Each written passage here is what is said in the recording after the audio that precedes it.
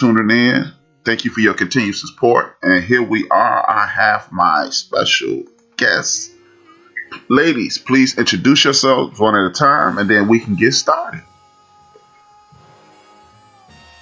Hi everyone. My name is Maya Garnett.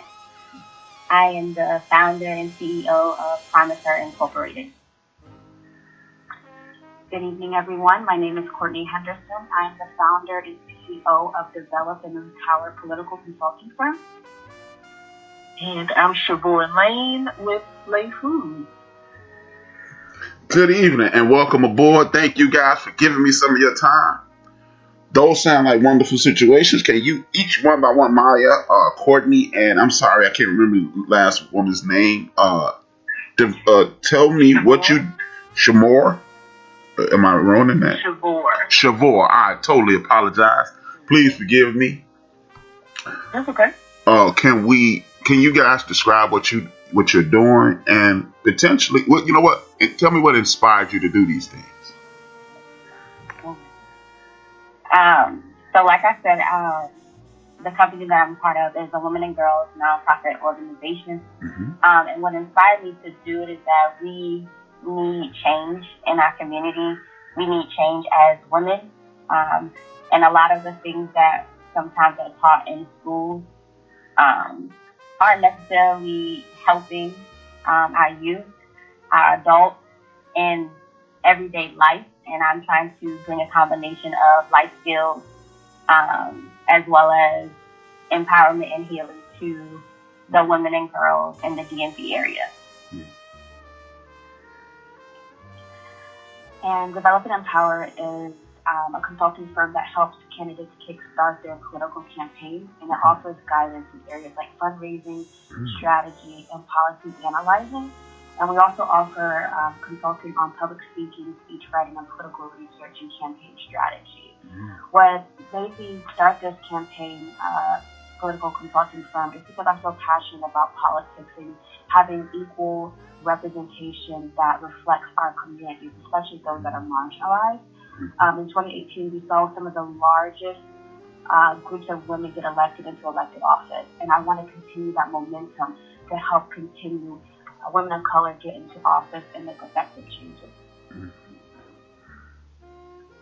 I honestly wish my story was as profound, but my business started because I needed money and I had a belief in myself.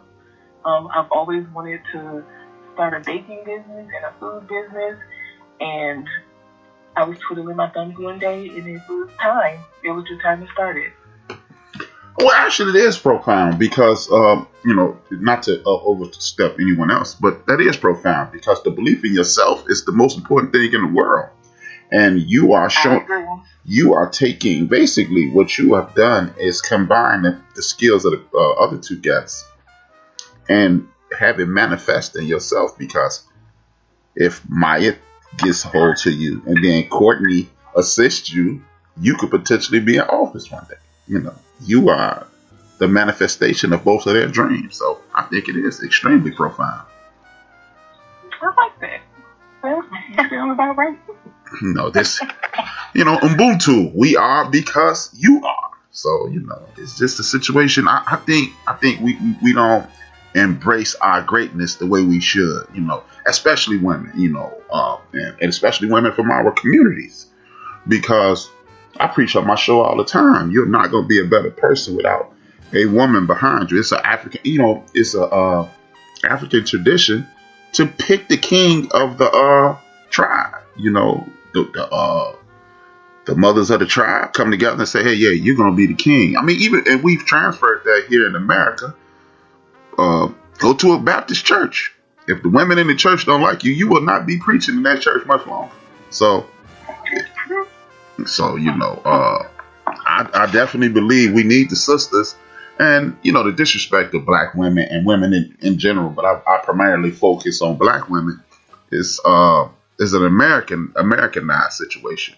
Again, some of the most powerful women in the history of the world, Queen Nzinga, a woman took the Portuguese army on, and she was so powerful, they had to capture her and bring her to South America.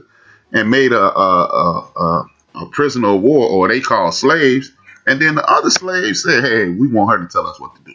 So this just tells you the power in black women. If you get the leadership that Maya Courney provide, you will be you. So don't minimize that. I mean, first teacher in the world is your mother. My mother inspired me to do this show, believe it or not. I had to leave corporate America to take care of my mom. Maybe a month before she passed, she brought up something that I told her when I was 10 years old, and here we are. So, what made you want to do what you want to do, Maya? Because a lot of people say we need to do something, and something needs to be done, but not many people step up and do it. To be honest with you, just like Shavor said, like it was like one of those things that just kind of clicked. I've always been good at just advice giving and helping other people, but with building this organization, I also learned that I'm helping to build myself and just helping people. Like, it's a lot of people in the world that have no idea about the basic things about life. Like, most kids go through life with the perception that they are to go to school, graduate, go to college.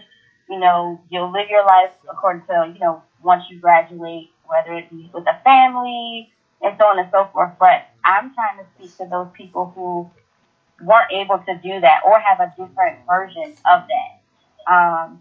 We spend a lot of time on what should happen in life and how people should function, but we don't talk about when those things fail. What do you do? There are plenty of people in the world who don't know how to balance a checkbook, and they're half my age. Or there's kids that don't know how to do laundry, and and they're growing up. So I'm trying to figure out a way to build an organization that touches on the adult version of yourself and the child version of yourself. Because in reality, most adults, some of them are still stuck in a children's mindset because of what they've been taught. Most of us in the world is, we learn everything based off of what someone teaches us. And parents do the best that they can at teaching based on what they know. But that might not be able to lead you to your level of success in life. And for me, I feel like if I knew what I know now, by the time I was 18, I would have had a different mindset. I would have, been able to manage money better. I would have just been in a better position. But in reality, I think things happen, how they're supposed to happen. So I'm appreciative of my process. I'm just trying to get the process to someone else sooner. Exactly. So they can be put on to the game and be able to manifest and be their own person. And I'm trying to do the best that I can. I'm not perfect. I don't have all the answers. But I'm building this organization on the strength of who I am as a person and how I've grown as an individual despite circumstances. Perfect. Now, with Courtney, you are passionate about politics. How did that happen? Because, again, I hate to kick our community in behind, but we're having an adult conversation. Most of our community, this is what we do in regards to politics. I voted. Now what? What made you get deeper into politics? So I can't say that I can give credit to one particular thing. There's two things that I would say really got me started into politics. One being that my great-grandfather was the first African-American person to ever run for mayor for Bay City, Texas. So that stuck out to me. The political climate that he had to endure as, the first African-American man to be mayor. And then I also did a study back in undergrad. I wrote my senior seminar paper on the lack of political participation in the Black and brown community. And when I saw the low efficacy and the distrust in the government, it made me really take interest in learning how can we mobilize votes, how can we get more people to get active in the community, and then also run for office, because it takes more than just voting and then that's it. We have a civic duty that we have to uphold, and I would really love to see more people of color run for office. And what a statistic that stuck out to me that really stuck with me when I was creating my firm was that you have to ask a woman 3 times to run for office, whereas you ask a man 1 time, she'll say, okay, I'll run for office. Why does it take three times to ask a woman to run for office? And that's why I geared my consulting firm more towards women to empower them. And that's what the name Develop and Empower stuck out. And that's why I created that name. Is that I want to develop these relationships with women and then empower them after we have created this relationship. Did you ever come up with a reason why it takes 3? Or that's just what you just described? Yeah, absolutely. So a study shows that, and I think that I can't cite the appropriate research, but a study showed that we women feel like we're not capable of holding a job and that we don't have the skills and we demean ourselves. And that's why we have it takes a lot more time for us to run for office. And I think that we have just as skills and intelligence as a man, and we can do the job just as well as they can. And it's amazing that that's the reason, because I think one of the biggest problems in our community is we continue to see ourselves in someone else's image. You know, their image of us. You know, I'll just say, let's just be honest. We continue to measure ourselves by how white America sees us. And white America says we can't. And if you hear you can't enough times, it becomes part of your mental state. And that's what's holding us back, which leads me to Shavor, correct? Shavor. I hope I didn't ruin it. There you go. Shavor. With that being said, and knowing what we face on a daily basis, and anybody else can jump in if you like, because let's just have a conversation. With that being said, knowing what's going on, how did you overcome all the obstacles set in front of you, and what gave you the intestinal fortitude to do it? I think mostly because of my family. I have a great support system, and my aunt had tried to do this very same business when I was maybe a baby, and my parents and my dad and everybody in the family was involved. So I always had a pretty good support system, and learning about food and being around food has always been a huge thing. We're huge entertainers. We always love to have a party. So for me, it came very naturally, and I didn't have anybody to tell me I can't. Okay, good. Everyone in my family is very, if you want to do it, then go out and do it. Don't ask no questions. Just figure it out.